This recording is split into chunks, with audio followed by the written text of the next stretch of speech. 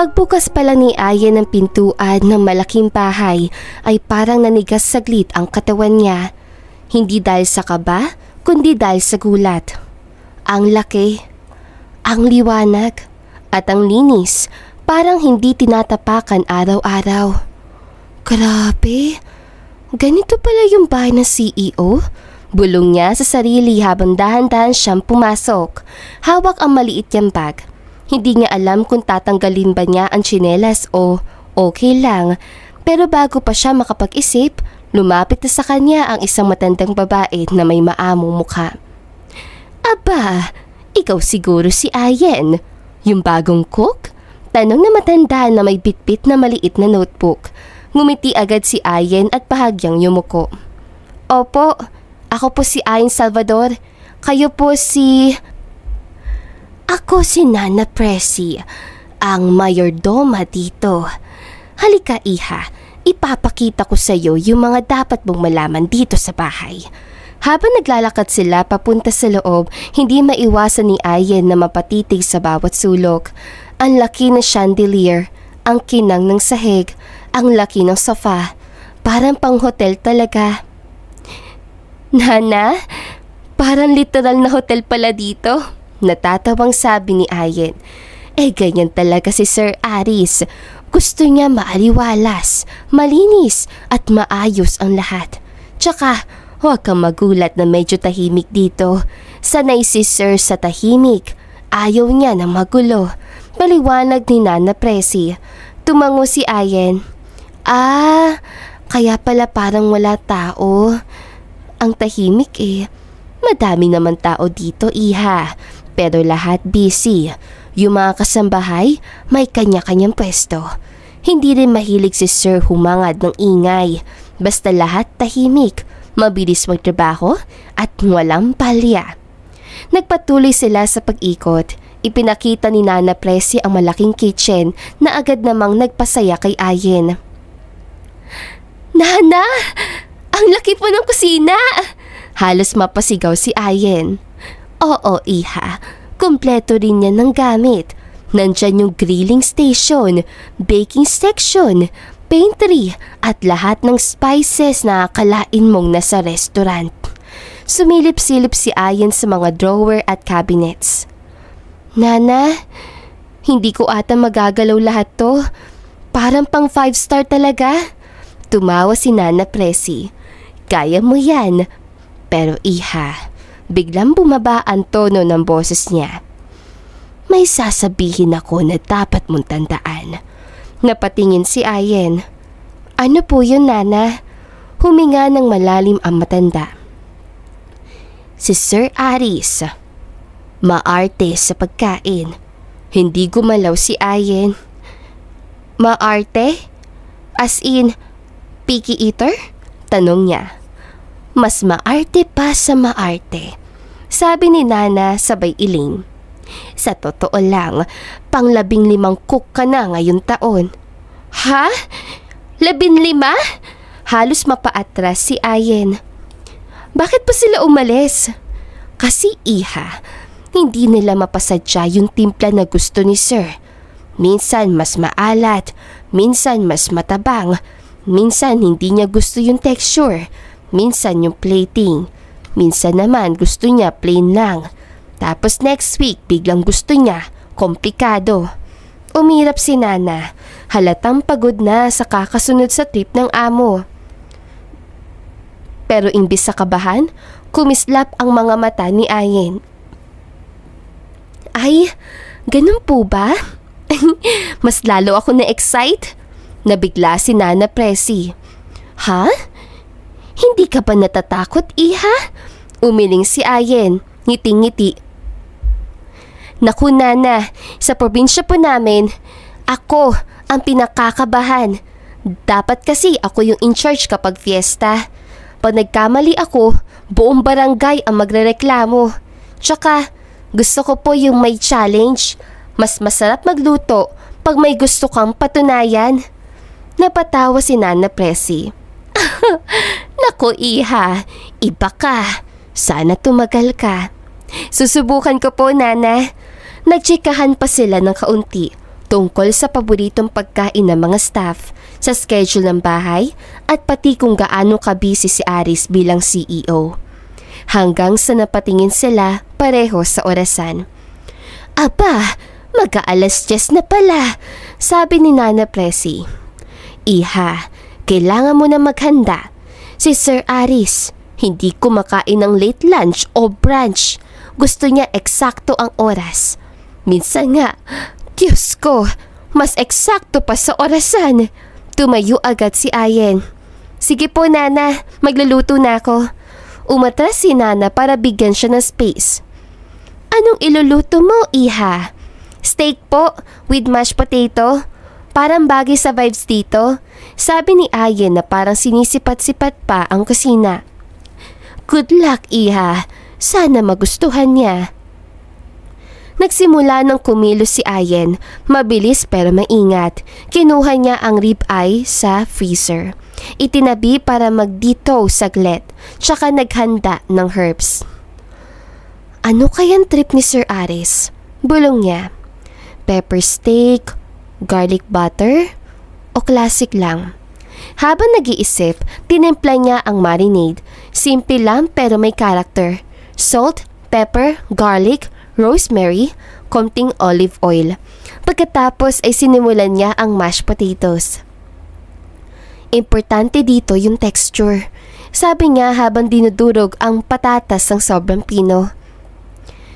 Ayaw ng buo-buo pag sosyal. Natawa siya mag-isa. Dumating si Nana Presi para manood ng kaunti. Iha, parang expert ka sa steak ha? Nana, paborito ko po itong gawin kapag Sunday. Pampa-good vibes. Habang niluluto ang steak, naaamoy agad ni Nana Presi ang humahalimuyak na garlic butter. Nako, amoy pa lang parang masarap na. Ngumisi si Ayen. Hindi po ako papayag maging pang-15 sablay ni Sir. Kailangan ko pong magtagal dito. Pagkalipat niya sa plate, inayos niya ang steak. Nilagay ng mashed potato sa gilid. Inayusan ng konting parsley. Hindi OA, pero mukhang sosyal. Pwede na to, sabi ni Ayen, proud at satisfied. Nang matapos, maingat niyang dinala ang pinggan sa mesa sa dining area. Inayos niya ang kubyertos, baso at tela. Nilinis ang gilid ng plato, sinigurong presentable.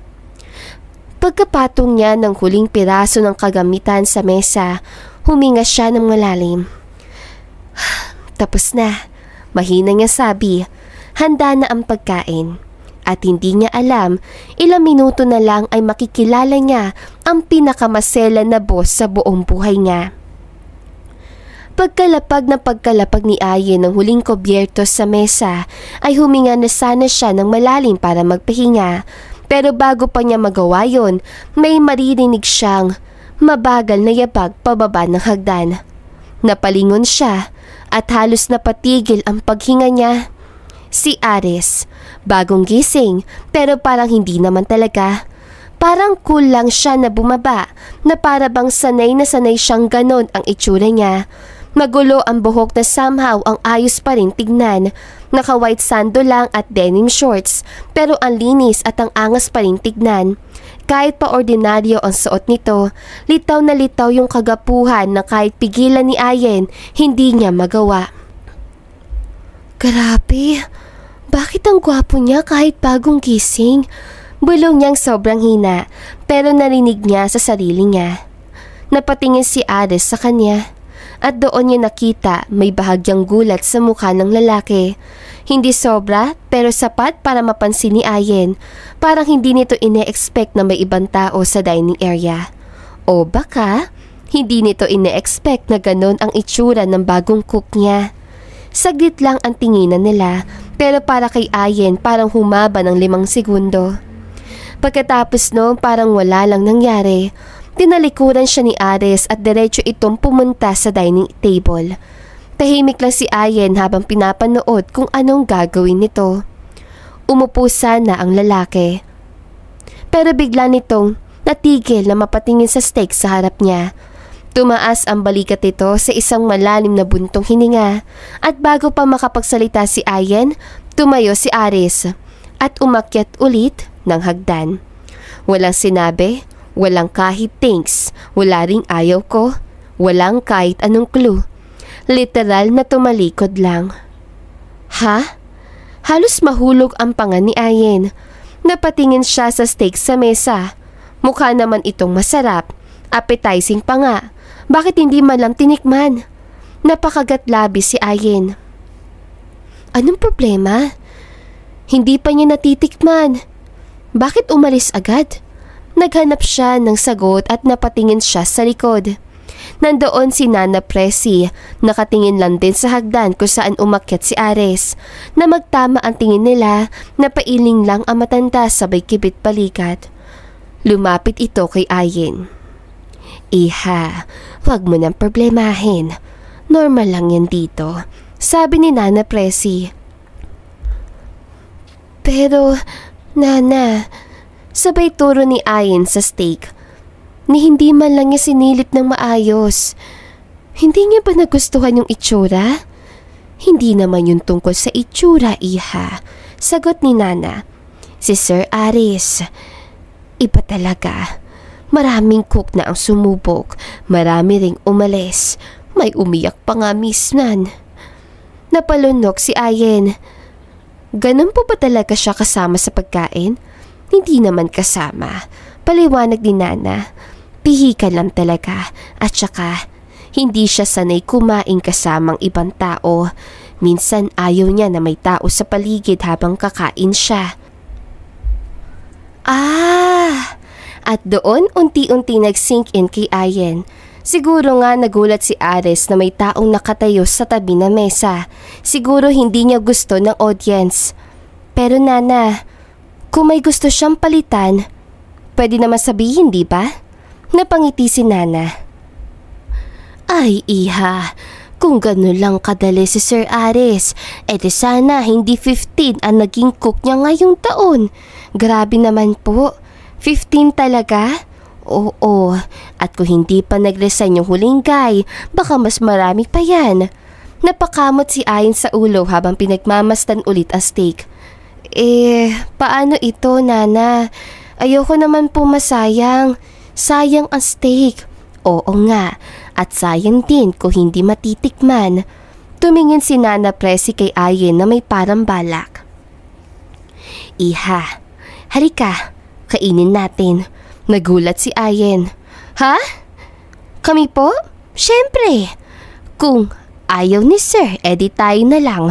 Pampalubag loob na rin sa'yo. Tsaka gutom na rin ako. Napangiti si Ayen kahit medyo disappointed pa siya. Sige po, Nana. Pero kayo po ang maupo doon. Baka mas masarap pag kayong unang tumikim. Umupo sila sa mesa at pinaghatian ang steak. At pagkaputol pa lang ng unang hiwa, agad na napapikit si Nana. Naku, Iha, ang lambot. Pagkakagat niya, aba, Ayen, grabe ang sarap. Ang juicy. Ang sarap ng timpla. Bakit hindi to tinikman ni Sir? Natawa si Ayen kahit may lungkot pa sa mata.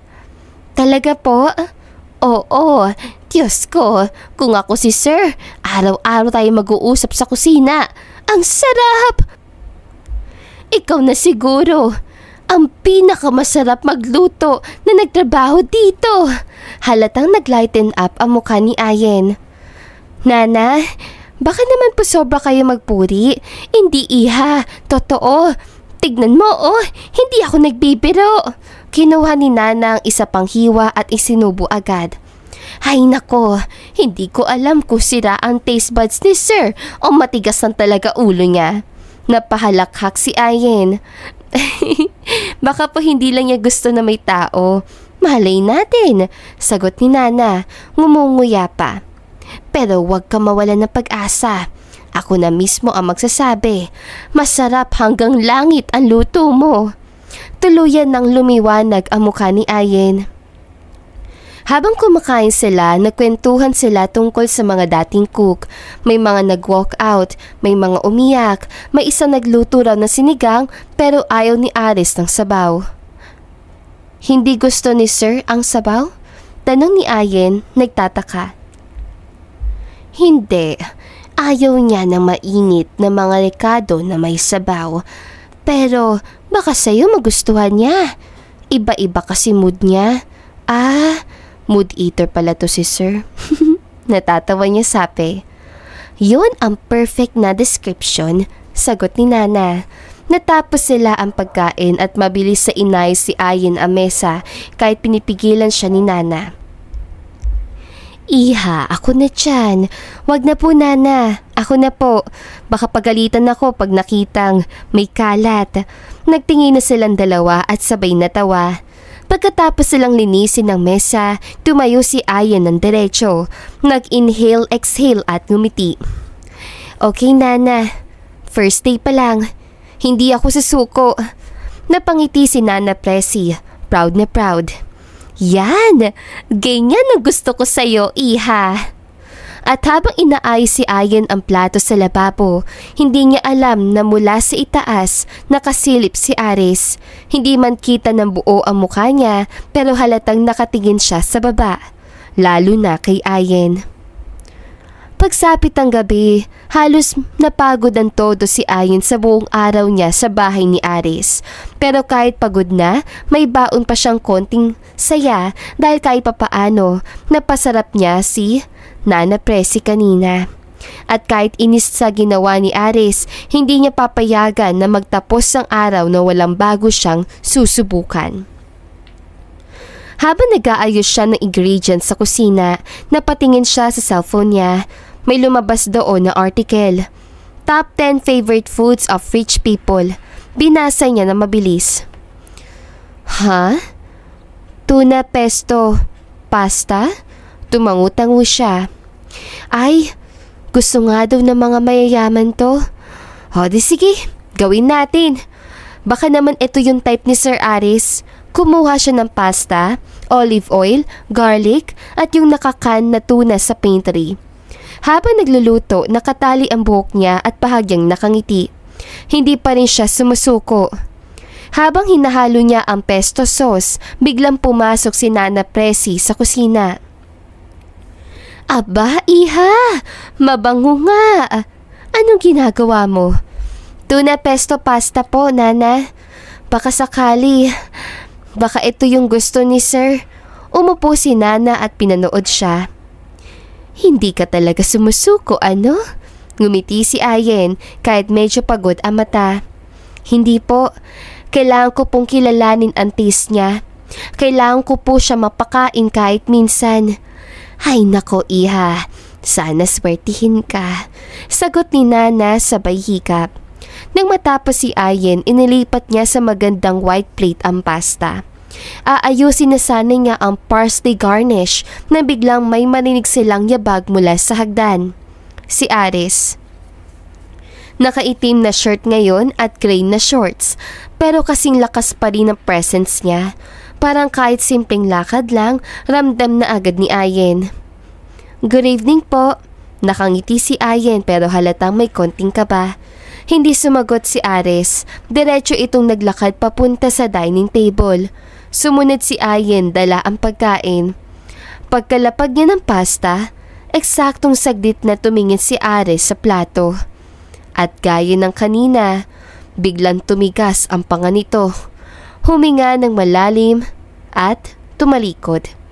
Paakyat ulit. Walang salita. Walang kahit mabilis sa tingin kay Ayen.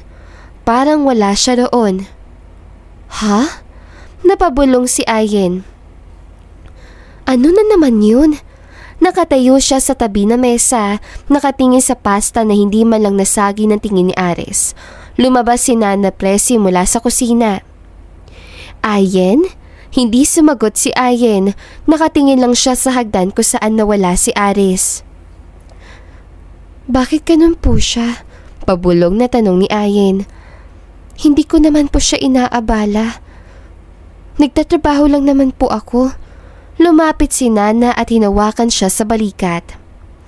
Iha, wag mo nang dibdibin yan. Pero Nana, huminga ng malalim si Ayen. Pangalawang beses na po. ni hindi man lang niya binuksan ang bibig niya para sabihing ayaw niya. Kahit itulak niya sa side, okay lang sana. Pero yung wala, yung parang wala ako, parang hindi ko po kayang yung gawin. Napatingin si Nana sa kanya, halatang nahihirapan din. Iha, totoo naman.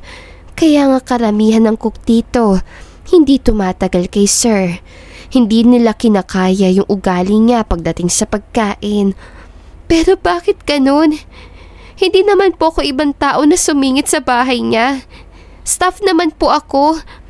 Hindi ko naman po siya iniistorbo. Alam ko, Ayen. Malumaning na sagot ni Nana. Pero si sir, matagal na siyang ganyan. Hindi siya mahilig sa interaction. Hindi rin siya komportable kapag may taong nakatayo malapit habang kakain siya. Hindi rin siya ma-explain type. Hindi siya nagsasalita kung ayaw niya. Napabuntong hininga si Ayen. So, kapag ayaw niya, talikod lang? Exactly, sagot ni Nana. Talikod lang. Hindi niya sasabihin, hindi siya makikipag-usap, hindi niya i-explain, hindi siya magko-comment kung pangit pa o masarap. Wala. Saglit na natahimik si Ayen. Kinuha niya ang plato at tinignan ito ng malapitan. Ano bang problema dito? Tanong ni Ayen, malungkot pero may halong pagkadismaya. Mukha namang okay. Hindi naman pangit ang plating, hindi maalat, hindi matabang, hindi OA. Simple lang. Pero bakit? Kasi iha. Suminghot si Nana Presi parang nalulungkot din. Hindi pagkain ang issue. Tao ang issue. Hindi ka ang problema, Ayen. Si Sir Aris ang may sariling mundo. Pero bago pa siya makasagot, bigla siyang napangiti ng bahagya. Halatang pilit pero may lakas. Nana, totoo ba talaga? Lahat ng cook umaalis? 10 lalaki, 5 babae. Sagot ni Nana, sabay bilang sa daliri. Merong isang chef pa nga na galing hotel. Tumagal lang ng 2 linggo. Umuwi na lang ng abroad. May isang nag-walk out. May isang nag-iwan ng apron at umalis sa walang paalam. Napanganga si Ayen. Grabe. Ganun pala kahirap. Tumango si Nana. Pero ikaw, iba kang bata. May tapang ka. Pero tandaan mo rin, iha, hindi lahat ng laban kailangan ipaglaban. Pag nasasaktan ka na o hindi ka na masaya, hindi masamang sumuko. Huminga ng malalim si Ayen.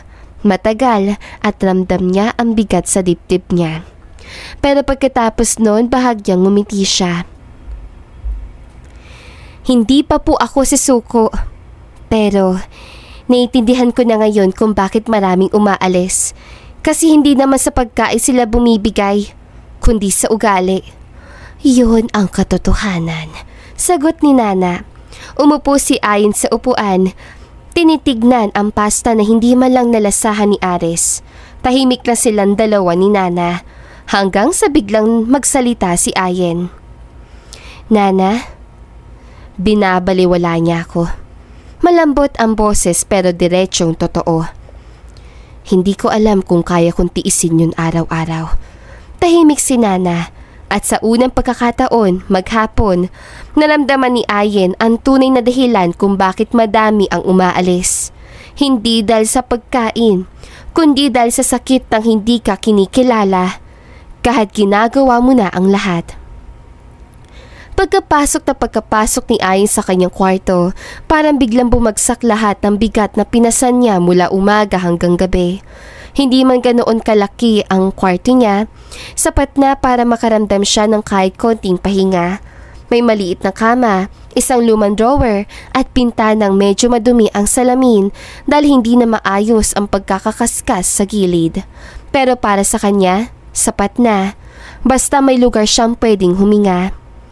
Hinubad niya dahan-dahan ng apron niya at isinabit sa may pako sa dingding. Hindi niya pa halos tinatanggal ang tali nito nang mapansin niya ang naka-frame na picture ng kanyang yumaong ina. Nakapatong sa drawer, nakatayo sa maliit na stand, parang inaabangan siyang kausapin.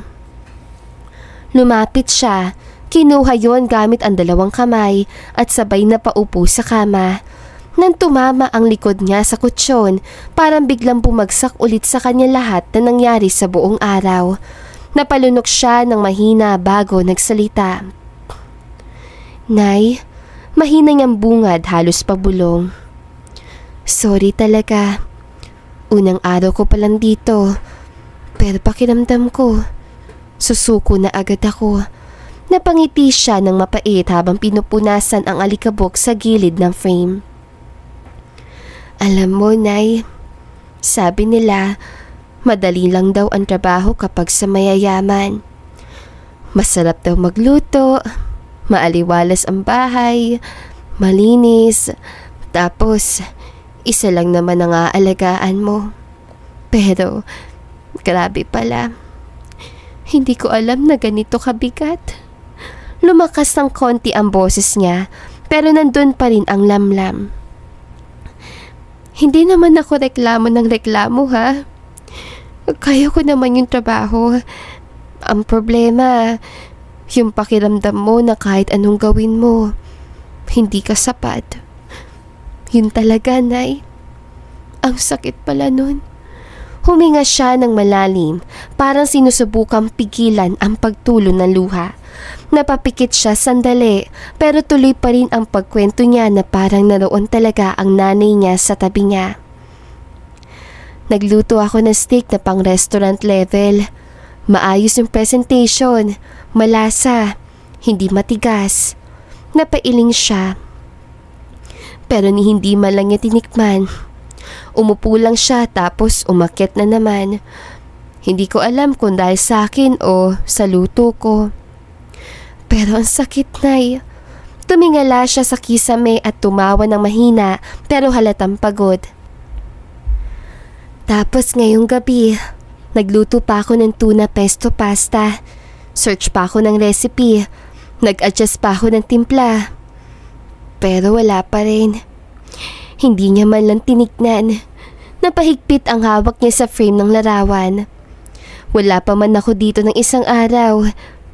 Naiintindihan ko na talaga kung bakit ang dami nagre-resign. Ang hirap magtrabaho sa taong hindi man lang nagpapakita ng kahit konting konsiderasyon. Pero sa gitna ng pagod niya, bay bahagyang lambing ang ngiti niya. Pero okay lang, Nay. Alam kong tatawanan mo lang ako ngayon kung buhay ka pa. Alam kong sasabihin mo yung usual mo. Ayen, trabaho lang yan. Di mo naman kailangan mahalin ka lahat. Napabuntong hininga siya at unti-unting bumigat ang mga mata. Nandito ako kasi gusto ko ng bago simula. At kasi gusto kitang ipagmalaki. Pasensya ka na kung hirap ako. Pero susubukan ko pa bukas. Promise. Unti-unti nang bumabagsak ang mata niya sa antok, kaya dahan-dahan niyang inilapag ang frame sa dibdib niya at umikot sa tagiliran. Hanggang sa tuluyan na siyang dinalaw ng tulog. Mahina pero may kasamang konting pag-asa. Kinabukasan, nagising si Ayen dahil sa tunog ng electric fan sa kwarto niya. Mabigat pa rin ang pakiramdam niya pero mas malinaw na ang utak niya. Okay, laban ulit. Bulong niya habang bumabangon. Pagdating niya sa kusina, agad niya sinimulan ang pagsalang ng champorado. Hinahaluan niya ng dahan-dahan, sinisiguradong hindi magiging buo-buo ang malagkit. Habang niluluto niya ito, inasikaso naman niya ang cordon bleu. Maayos niyang cordon at breading, tapos maingat na inilagay sa mainit na mantika. Malamang matagal pa si Sir bababa. Bulong niya habang nakatingin sa hagdan, kaya nag-isip siya kung ano pa bang pwede niyang gawin. Paglingon niya sa ref, may nakita siyang kamatis, itlog na maalat at sibuyas. Ay, oo, ito muna, sabi niya nang nakangiti. Matagal na rin niyang hindi naiisip ang simpleng almusal na ganito. Kinuha niya ang chopping board at sinimulan niyang hiwain ng kamatis. Sunod ang sibuyas. Na mabuksan niya ang itlog na maalat, napangiti siya lalo dahil ang ganda ng pagkalasa nito sa isip niya. Pagkabukas ulit ng ref, nakita naman niya ang talbos ng kamote. Perfect! Nilaga niya ito habang sabay nagprito ng tuyo. Umalingasaw agad ang amoy sa buong kusina at kahit siya ay napatawa ng mahina. Ang bango! Grabe, para na sa bahay lang, sabi niya habang nag-aayos ng mga niluluto. Maya-maya, nadatnan siya ni Nana Presi nang umiti agad sa kanya. Ay, Ayen! Ang bango naman yan! Para sa amin ba yan? Oo po, Nay. Namiss ko rin magluto ng ganito. Sagot niya sabay ngiti. Aba, tama-tama. Gutom na kami. Sabi ni Nana Presi habang natatawa. Habang nilalagay niya ang pagkain sa mesa ng mga katulong, inayos niya muna ang mga plato. Isa-isa niyang inilagay sa harap ng bawat upuan, tapos inilatag niya ang mga kubyertos, kutsara, tinidor, nakaayos na parang pangkaraniwang bahay. Inilagay niya sa gitna ang mangkok ng kamatis, itlog na maalat at sibuyas. Sinundan pa ng talbos, ng tuyo, ng suka na may bawang at sili. Kumuha siya ng pitchel, nilagyan ng malamig na tubig at inayos ang baso sa tabi nito. Pagkatapos niyang tapusin ang lahat, humakbang siya ng kaunti paatras para tignan kung kumpleto na ang lamesa. Nung nakita niya maayos sa ang lahat, napangiti siya ng totoo. Unang beses mula kahapon. Sa simpleng almusal na ito, para may bumalik na parte ng sarili niya na akala niya na wala na kagabi. At doon sa maliit na lamisahan ng mga katulong, doon niya muling naramdaman na kaya pa pala niyang magsimula ulit. Nang masigurado na ni Ayen na kumpleto na ang lahat sa lamisahan, plato, baso, kutsara, pati yung maliit na mangkok na suka na may bawang at sili. Napabuntong hininga siya at naupo sa upuang kahoy. Hindi naman siya ganoon kagutom, pero ang amoy ng tuyo at kamatis ay parang hinihila siya para sumubo na. Napatitik pa siya saglit sa mesa nila. Ang simple lang, pero sobrang komportable. Kukuha na sana siya ng tuyo nang bigla siyang mapahinto. May papalapit na hakbang. Nang lumingon siya, halos napatayo siya sa gulat. Si Aris. Suot pa rin nito ang simpleng t-shirt at pajama pants na mukhang bagong gising. May hawak itong plato, kutsara at tinidor at diretso itong umupo sa harapan niya. Parang wala lang. Napakabilis na tumibok ang puso ni Ayen. Hindi niya alam kung gutom lang ba o kabado siya. Ano pong ginagawa niyo dito? Tanong niya halos pabulong. Lamesa po ito ng mga katulong. Tumingin lang si Aris sa kanya, yung tipong hindi naman masungit pero hindi rin maamo. Yung tingin lang nitong parang laging may iniisip, walang sinabi. Kumuha lang ito ng tuyo, nilublob sa suka, tapos diretso subo. Hindi pa rin gumagalaw si Ayen, halos hindi humihinga. Pagkatapos ng unang subo ni Aris, tsaka lang ito nagsalita. Kalmado, parang wala siyang kahit anong reaksyon sa pagiging shock ni Ayen. Bakit? Ako ni naman ang bumili ng mga pagkain na to. Sabi niya habang kumukuha ng kamatis at sibuyas.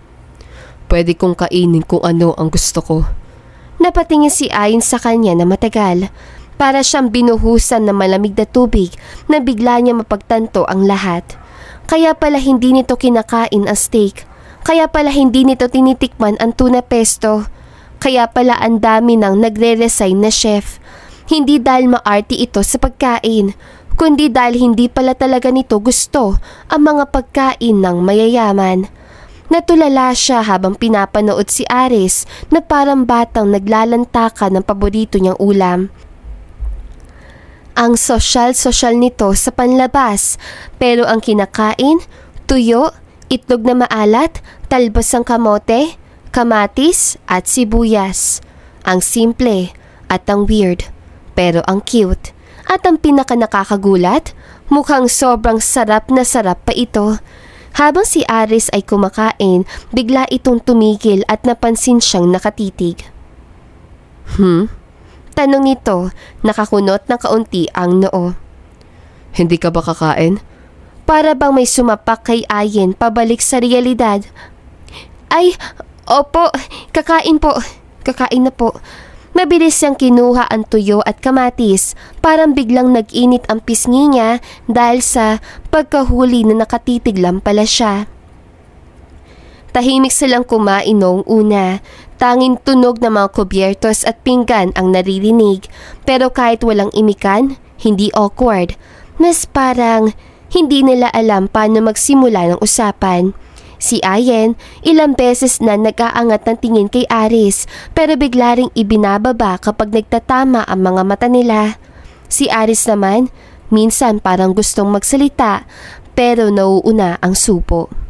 Hanggang sa bandang gitna ng pagkain, nagsalita si Ayen. Mahina lang. Hindi ko po alam na gusto niyo pala yung mga ganitong pagkain. Hindi tumingin si Aris sa kanya pero may bahagyang ngiti sa gilid ng labi nito. Halos hindi halata pero nandun. Mas gusto kong simple. Sagot niya. Mas totoo ang lasa. Tumango si Ayen pero secretly napangiti siya. Hindi niya alam kung bakit pero ang gaan sa pakiramdam na may nalaman siyang bagay tungkol sa boss niya. Para bang may na-unlock siyang secret level. Nagpatuloy silang kumain, pareho ng mas relax. Minsan nagtatama ang tingin nila, pero ngayon hindi na nahihiya si Ayen. Tumatawa pa siya ng mahina. Minsan kapag nakikita niyang literal na pinipitas ni Aris yung pinakamasarap na parte ng tuyo.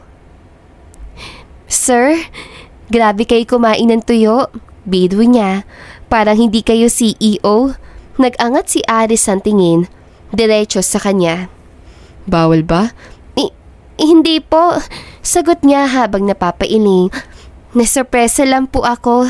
Hindi sumagot si Aris pero kita sa mata niya ang konting amusement. Bihira pero malinaw. Pagkatapos ng ilang minuto pa, natapos na rin sila. Tumayo si Aris. Pinulot ang plato at kubyertos niya tapos walang sabi-sabing inilagay sa lababo. Maglalakad na sana siya paakyat nang napatigil. Huminto siya, literal na huminto, tapos dahan-dahang lumingon pabalik kay Ayen. Nagulat si Ayen sa bigla ang pagharap nito. Thank you. Sabi ni Aris, simple lang pero diretso, tapos umakyat na ito. Parang binuhusan ng mainit na tubig si Ayen. Namula ang pisngi niya. Hindi niya alam kung bakit, pero para siyang kinuryente mula ulo hanggang paa. Thank you. Bulong niya, napapangiti ng hindi mapigilan. Habang nililinis niya ang mga plato at nag-aayos ang mesa, hindi nawawala ang ngiti sa labi niya. Para siyang bagong ligaw, pero hindi naman siya nililigawan. Pero ang saya, hindi niya alam kung na-appreciate pa talaga ni Aris ang pagkain o kung nagkataon lang. Pero isang bagay ang sigurado. For the first time, hindi na mukhang imposible ang isang magandang araw sa bahay ni iyon. At habang pinupunasan niya ang mesa, hindi niya mapigilang ngumiti ulit. Mas malaki pa kaysa kanina. Kinabukasan, maaga pang gumising si Ayen. Mas maaga pa sa alarm niya ang paggising niya. Para may bahagyang excitement sa dibdib niya, kahit medyo nananatili pa rin ang kaba mula kahapon. Lumakad siya papunta sa kusina, dala ang mga simpleng gamit para sa umaga. Kettle ng tubig, mug at packet ng kape na favorite niya. Gusto niya maghanda na simpleng breakfast para sa sarili niya, pero sa isip niya baka makatulong rin kung makakita si Aris ng kaunting effort mula sa kanya. Habang nagbubuhos ang tubig sa kettle, biglang may napansin siyang shadow sa kusina. Napahinto siya at napalingon. Si Aris. Tahimik lang ito sa sulok, nakaupo sa counter ng kusina, nakarelax ang katawan, nakatingin sa labas ng bintana habang hawak ang isang mug. Parang bagong gising, pero sa kabila ng simplicity ng itsura, ramdam pa rin ang presence niya. Malakas pero hindi nakakatakot. Oh, sir. Good morning po. Mahina at medyo nanginginig ang boses ni Ayen. Halos gusto niyang itago ang sarili sa likod ng kettle. Hindi sumagot si Aris. Umiling lang na bahagya at nagpatuloy sa pag-inom ng kape. Napansin ni Ayen ang mahinang aroma ng kape na bumalot sa paligid. At sa sandaling yon, kahit nakapikit siya sa kaba, pakiramdam niya medyo lumuwag ang dibdib niya. Sir, nagiinit pa lang po ako ng tubig. Sabi niya, sinusubukan makausad ng natural. Tumingin si Aris sa kanya ng dahan-dahan. Hindi masungit, hindi maamo, yung tipong tingin lang na may hawak na curiosity. Ano yan? Ang aga mong nagising. Tanong niya. Medyo napapatango. Ganun po talaga, sir. Para po makapaghanda bago po pumasok sa work area. Sagot ni Ayen, medyo nagiinit ang pisngi. Si Aris ay bahagyang ngumiti sa gilid ng labi niya. I see. Palagi maaga? Po, sir. Sagot ni Ayen, hindi na makatingin sa kanya ng diretso. Halos gusto niyang itago ang mga kamay niya sa tabi. Tahimik silang magkasama ng ilang sandali pero hindi awkward. Ang tanging naririnig ay ang tunog ng tubig na kumukulo sa kettle at ang tahimik na huni ng electric fan. Sa mga sandaling yon, parang naiintindihan ni Ayen na hindi lahat ng presensya ni Aris intimidating. May human side din pala siya. Kahit simple lang na nakaupo sa kusina, nagiinom ng kape. Alam mo, Ayen, biglang bungad ni Aris at parang may bahagyang curiosity sa boses niya. Bakit ka nagluto ng mga ganitong pagkain kanina sa staff meal? Napatingin si Ayen sa kanya, medyo nagulat sa tanong. Kasi po, Nay, kasi po, gusto ko pong may comfort food sila para po hindi boring. At po, kasi po, namimiss ko rin po magluto ng ganitong klase ng pagkain. Maayos yung paliwanag, medyo nanginginig pa rin pero totoo ang boses. Tumango si Aris, tahimik muna. Comfort food ha? Interesting. Alam mo, hindi ko masyado napapansin yun sa mga cook dito. Lahat parang fancy. Steak, pasta, gourmet. Ngumiti si Ayen, bahagyang nahihirapan sa excitement. Po, sir, kasi po, kahit simple lang po, masarap po kung ginawa ng maayos. At mas personal din po, parang may effort na nakikita. Tumingin si Aris sa kanya at sa unang pagkakataon, napansin ni Ayen na medyo napangiti ang itsura niya ng tunay. Hindi gaya ng bahagyang ngiti kahapon na halos hindi halata. I see. Good point. May konting katahimikan muli, pero sa pagkakataong ito, hindi na nakaka-intimidate. Para may connection, kahit maliit. Si Ayen, kahit nakapikit saglit sa kaba, napangiti. Salamat po, sir. Sabi niya na mahina. Hindi lang sa effort. Dagdag ni Aris. Ang importante, gusto mo talaga magtrabaho dito. Nakikita ko yon. Parang iba ka sa iba. Namula si Ayen. Hindi nga alam kung bakit. Tumango lang siya, halos hindi makapagsalita. Parang nakakatawa pero nakakakilig din. Nagpatuloy silang magkasama sa kusina. Nagluluto at nagiinuman ng kape. Parang hindi boss at empleyada ang pagitan nila, kundi dalawang tao lang na nagbabahagi ng simpleng umaga. Sa bawat ngiti at simpleng pag-uusap, unti-unti naramdaman ni Ayen na mas madali nang huminga sa presensya ni Aris. At sa maaliwalas sa umaga, habang tinitignan niya ang simpleng smile ni Aris at pinagmamasdan kung paano ito nag-iinom ng kape ng tahimik, ramdam niya may bagong simula. Hindi lang para sa trabaho, kundi para sa maliit na koneksyon na unti-unting nabubuo. Kakaalis lang ni Ayen sa kusina. Nag-aayos ng natitirang breakfast para sa mga katulong na bigla siyang may narinig na hakbang sa likod. Napalingon siya at doon niya nakita si Ares, nakasuot lang na simpleng t-shirt at maong shorts. Mukhang bagong gising pa rin. Hawak niya ang tasa ng kape at may maliit na ngiti sa labi. Yung ngiti na hindi intimidating, hindi gaya ng nakagawian niya sa opisina, pero may bahagyang curiosity. Good morning, Ayen. Bati ni Ares ng tahimik, parang walang pressure sa tono. Good morning po, sir. Sagot ni Ayen, medyo napalingon sa tabi. Hindi makatiyak kung titignan siya o hindi. Napansin niya na may hawak na mug si Ares at amoy pa rin ng kape. Nagigising po ba kayo ng maaga lagi? Tanong niya, medyo nangingiti sa sarili. Sinusubukang gawing normal ang usapan. Hindi lagi. Sagot ni Ares, tinitignan ng kusina. Pero ngayon, may pupuntahan lang ako sa labas. Gusto mo sumama? Napatingin si Ayen sa kanya, halatang nagulat. Po?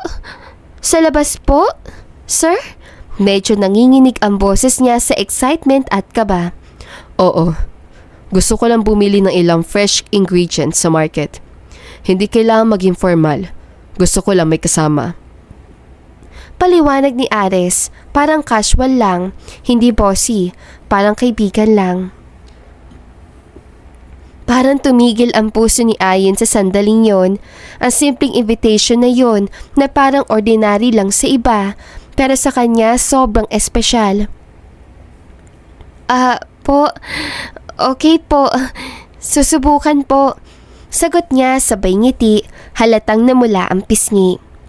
Habang naglalakad sila palabas sa mansyon, tahimik sa umpisa.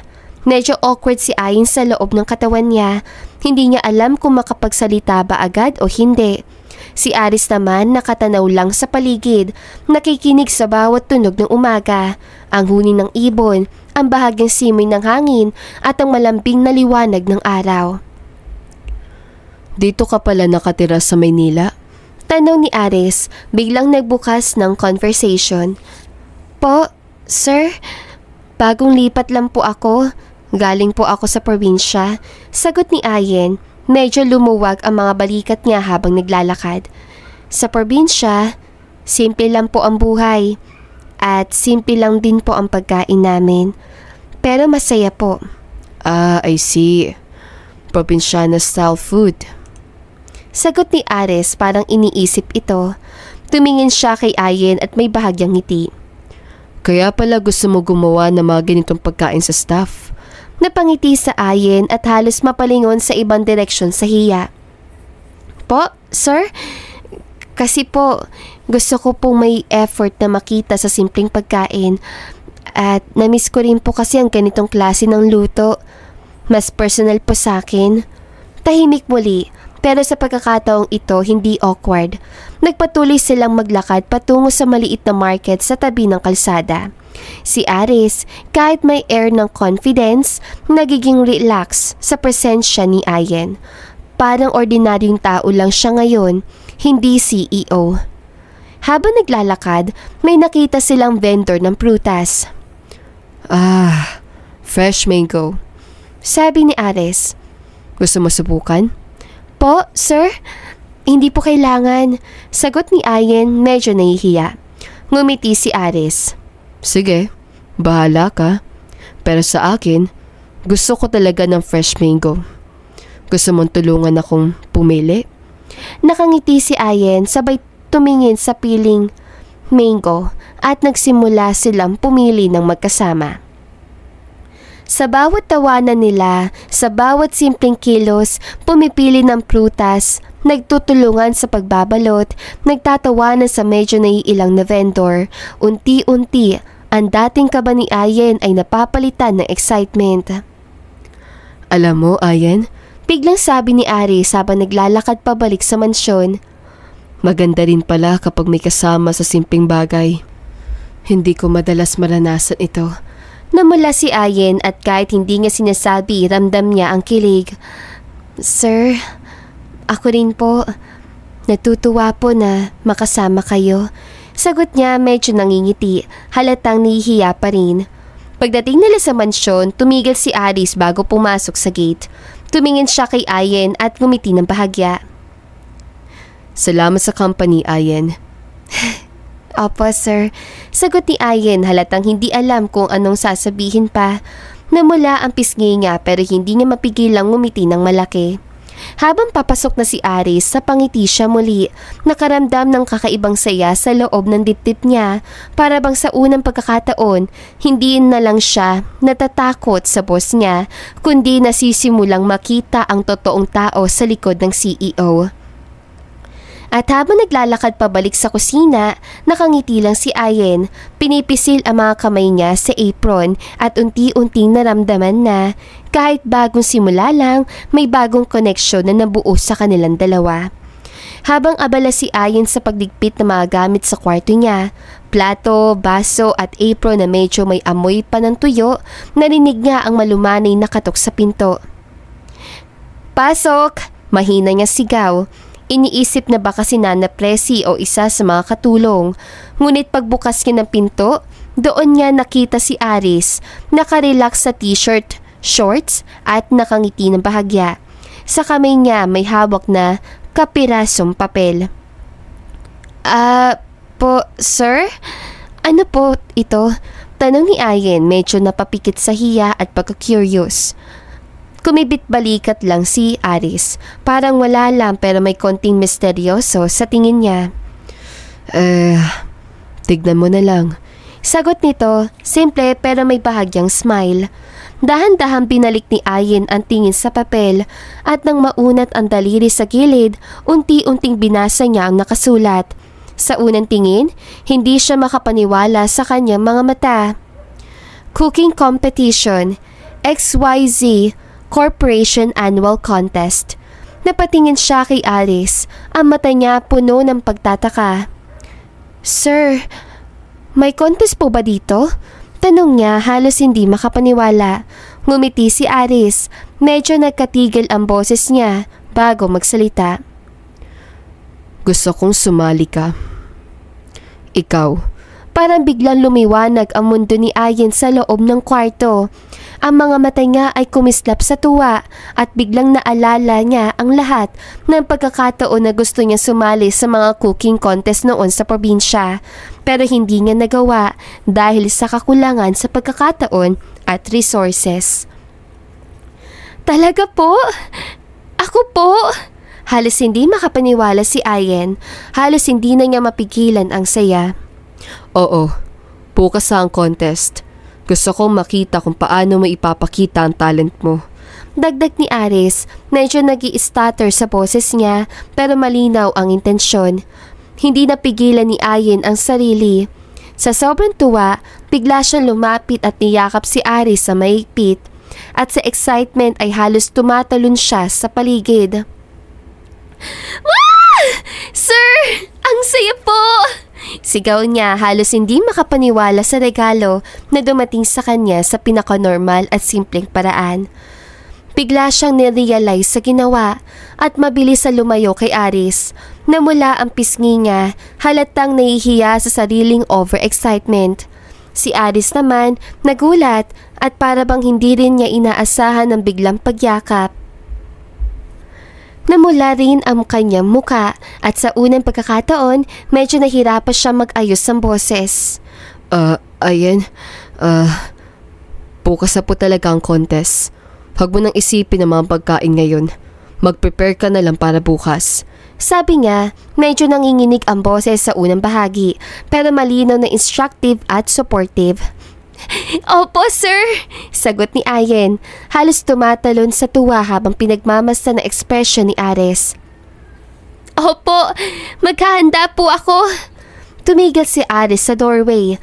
Tinitignan lang siya ng may maliit na ngiti. "Okay, good. See you tomorrow."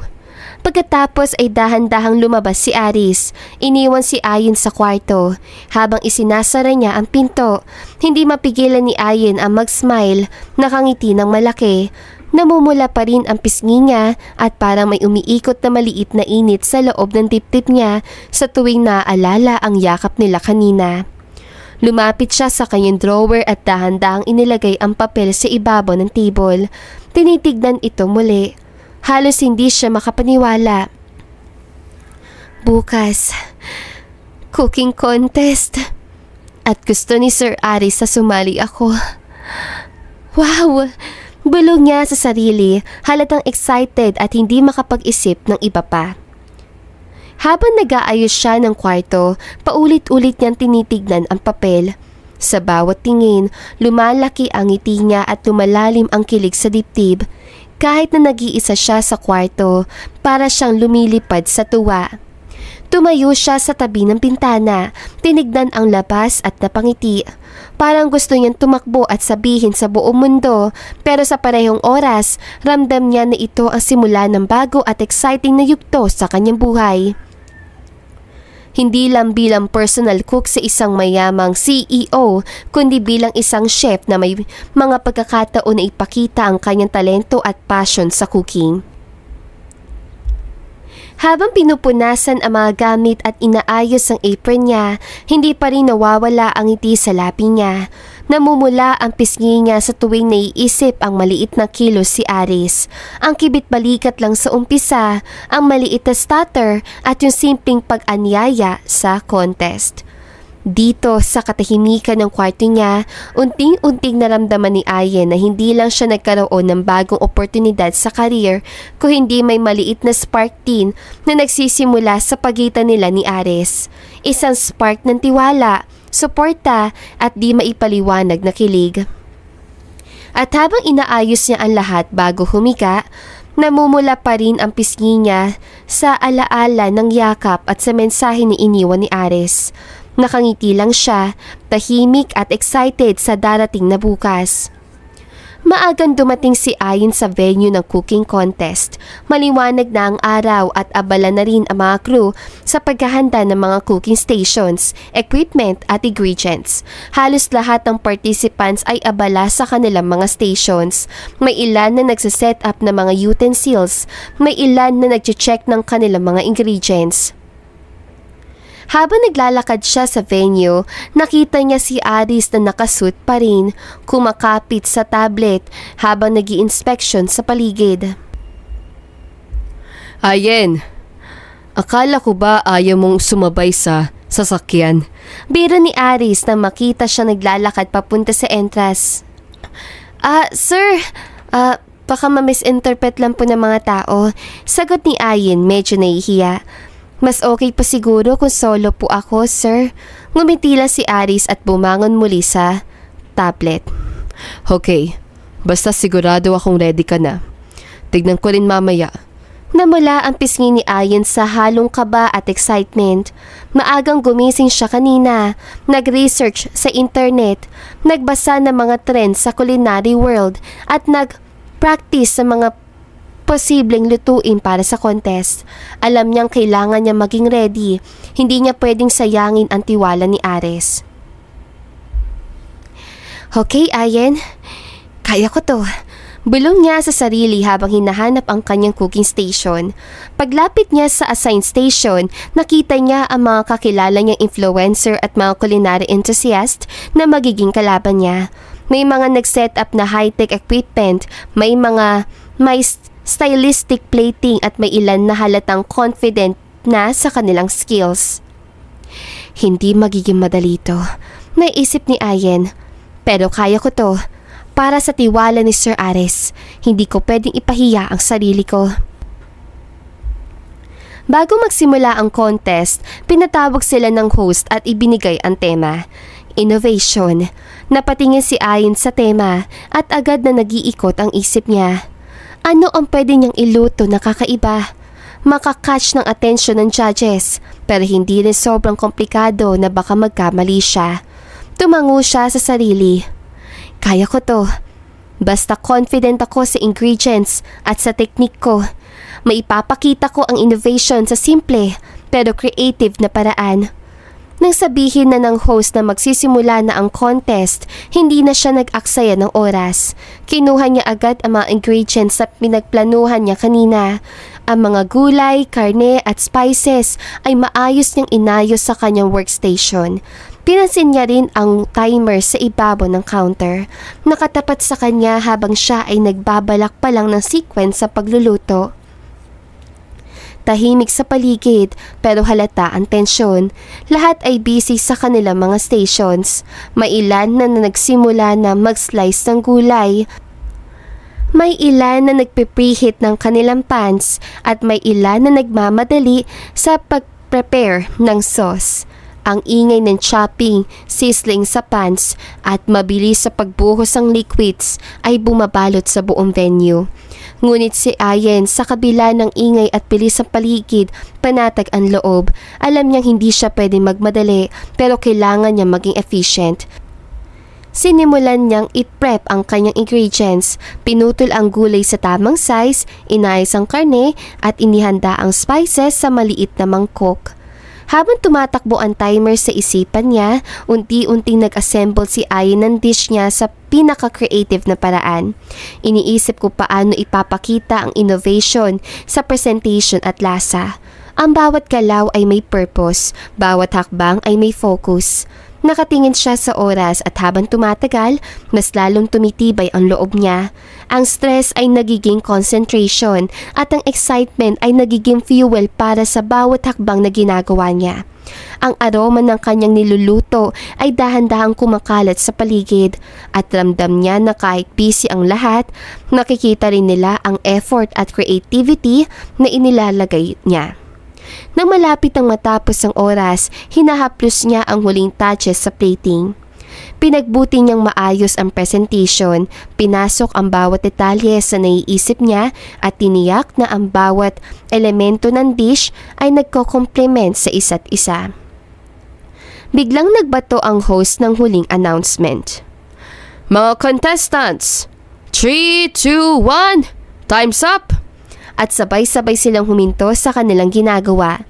Si Ayen, kahit bahagyang pagod, nakangiti na malaki, tumingin sa kanyang obra at alam niyang nagawa niya ang lahat para maipakita ang creativity at innovation sa kanyang dish. Pagkatapos ng pagbibilang at pagwakas ng oras, medyo huminto ang ingay sa buong venue. Tahimik na lang ang paligid habang ang mga judges at host ay dahan-dahang lumalapit sa bawat contestant. Si Ayen, medyo nanginginig pa sa excitement at kaba, ay tumayo sa harap ng kanyang dish. Nakatingin siya sa plate niya, pinagmamasdan ang bawat detalye, ang kulay ng gulay, ang texture ng karne at ang creativity na presentation. Contestants, ngayon naman ay papaliwanag ninyo sa ating host at sa judges ang konsepto ng inyong dish. Sabi ng host, may hawak na microphone at nakangiti sa kanila. Isa-isa silang tinatawag at si Ayen ang napatingin sa host, bahagyang lumalapit sa harap ng stage. Sa tabi niya, nakangiti si Aris. Medyo nagtataka pa rin sa pagkakagawa ng dish niya, pero ramdam niya ang suporta. Hello, Ayen? Maaari mo bang ipaliwanag sa amin ang ginawa mo? Tanong ng host. Huminga ng malalim si Ayen, sinusubukang kumalma. Okay po. Ang dish ko po ay innovative garden cordon bleu. Pinagsama ko po ang classic na cordon bleu style sa mga fresh at locally sourced na gulay. Gusto ko pong ipakita na kahit simple ang sangkap, pwede itong maging unique at innovative sa presentation at lasa. Napatingin siya sa mga judges habang patuloy ang explanation niya. Nilagay ko rin po ang edible flower petals sa paligid ng plate para bigyang buhay at kulay ang dish. Pinili ko rin po ang light herb sauce para mabalance ang rich flavor ng cordon bleu at para rin po magkaroon ng harmony sa bawat sangkap. Ngumiti ang host, tila impressed. Wow, Ayen! Very detailed explanation. Mukhang malinaw ang pagkakapresent mo sa konsepto ng innovation. Judges, ano ang masasabi ninyo? Isa sa judges ang lumapit at tinignan ang plate. I like how you combine classic techniques with fresh, local ingredients. It's innovative without being overly complicated, and the presentation is clean and appealing. Sabi niya, napangiti si Ayen, bahagyang namula. Thank you po. Sinikap ko pong ipakita ang creativity sa simpleng paraan. Habang nagpapatuloy ang host sa pag-i-interview sa iba pang contestant, napansin ni Ayen ang mga kalaban niya. May ilan na medyo confident na sa kanilang presentations, may ilan na nag-e-explain na sobra sa teknik nila, at may ilan na halos nakatayo lang pero confident sa pangalan nila bilang influencer. Ngunit sa kabila ng lahat, ramdam ni Ayen ang sariling determinasyon. Alam niya maayos ang ginawa niya at kahit sino pa ang kalaban niya, pinagsikapan niya ang bawat hakbang. Hindi lang ito tungkol sa competition, kundi tungkol sa ipakita sa sarili niya at kay Aris na kaya niyang mag-excel sa sariling talent. Matapos ang mga contestant ay naipaliwanag ang kanilang mga dish. Lumapit ang host sa kanya at kumiti. Ayen, ang effort mo at clarity sa explanation ay talagang nakaka-impress. It's clear na alam mo ang purpose ng dish mo at naipapakita mo rin ang story sa bawat sangkap. Maraming salamat po. Sagot ni Ayen, halatang tumataba ang puso sa papuri. Tumitig siya sandali kay Aris na nakatayo sa gilid, nakangiti at medyo tumatango.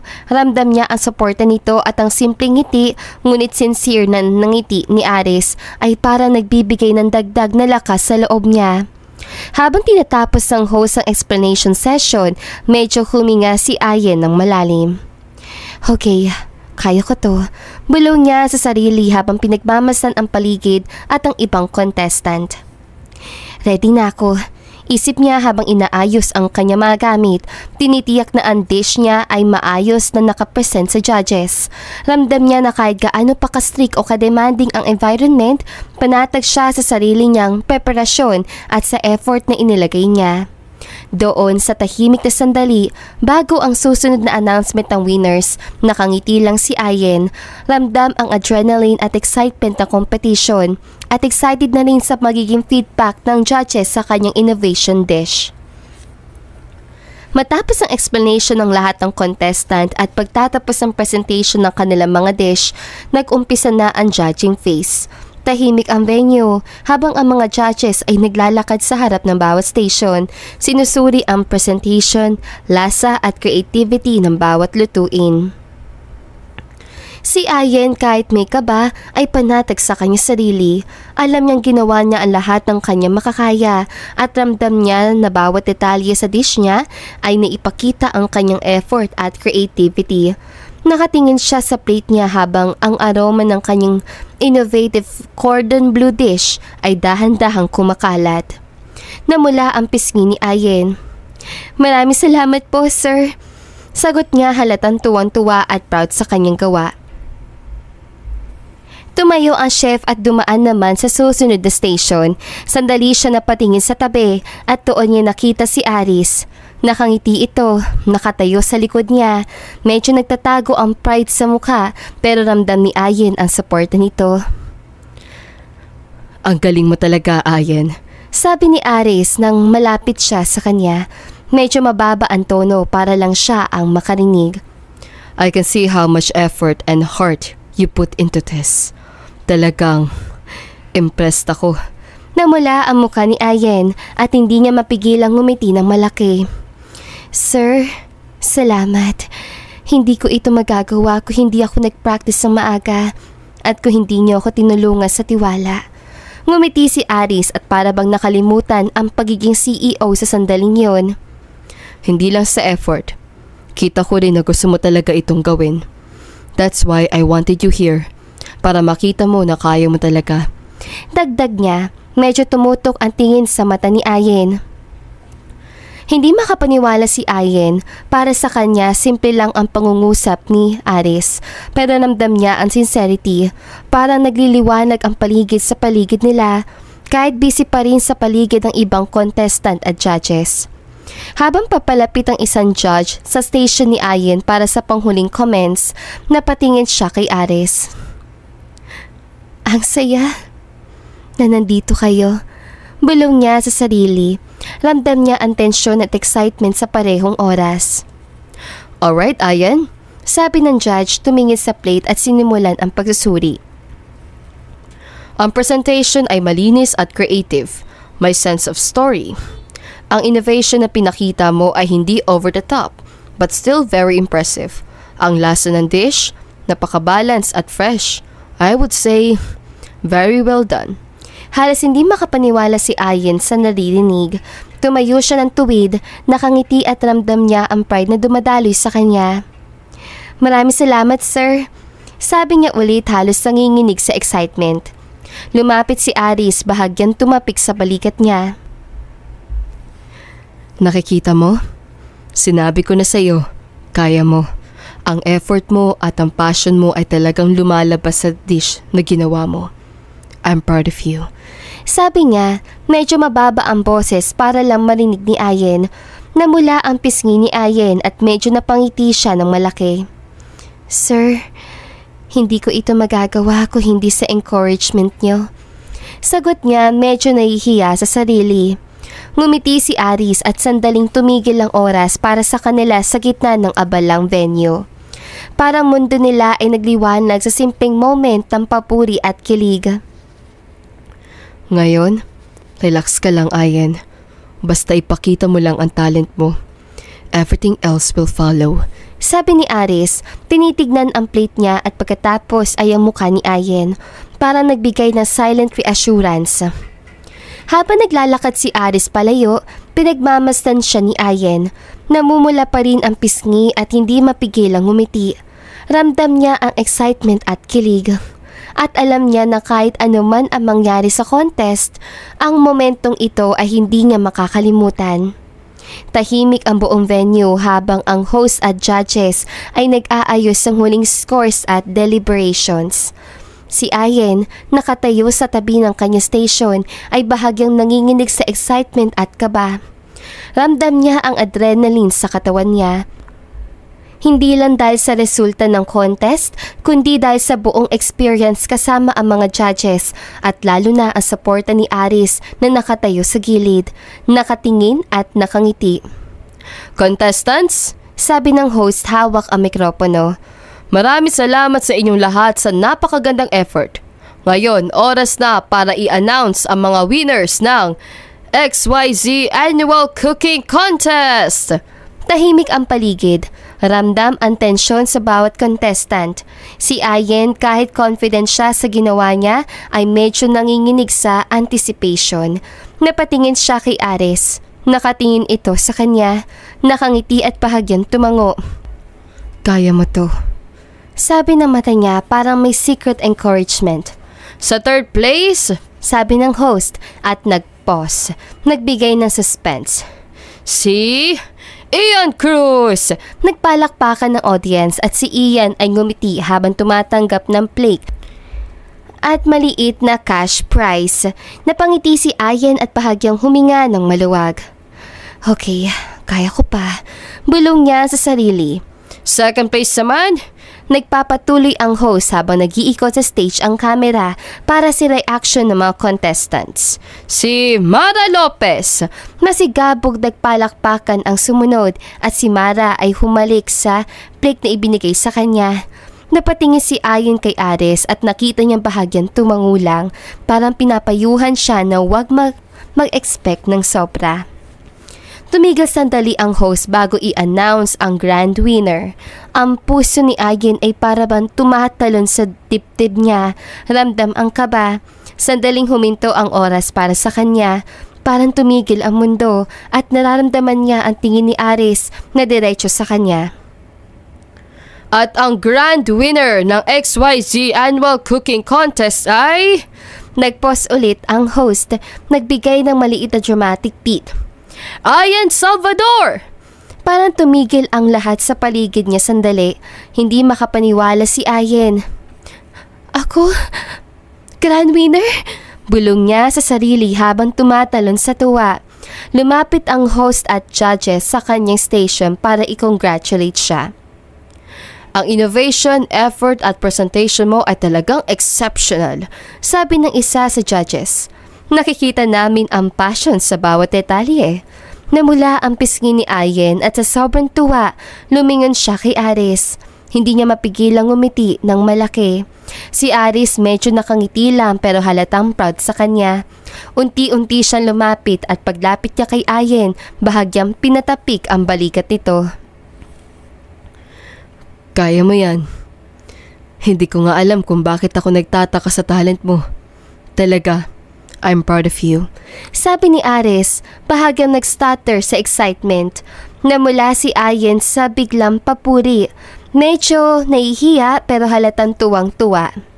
Sir, salamat. Hindi ko ito magagawa kung hindi ninyo ako tinulungan na magkaroon ng pagkakataon. Sagot niya, halos nanginginig sa excitement. Ngumiti si Aris, bahagyang lumapit. Hindi lang sa effort. Kita ko rin na deserve mo ito. Kaya nga gusto kitang makita sa contest. Dagdag niya, medyo mababa ang tono para lang marinig ni Ayen. Habang nagsasaya ang mga tao sa paligid, nagbigay ng time ang host para sa photo op. Habang nakangiti at kumukuha ng litrato, nakatitig si Ayen kay Aris at napansin niya medyo malapit siya sa kanya.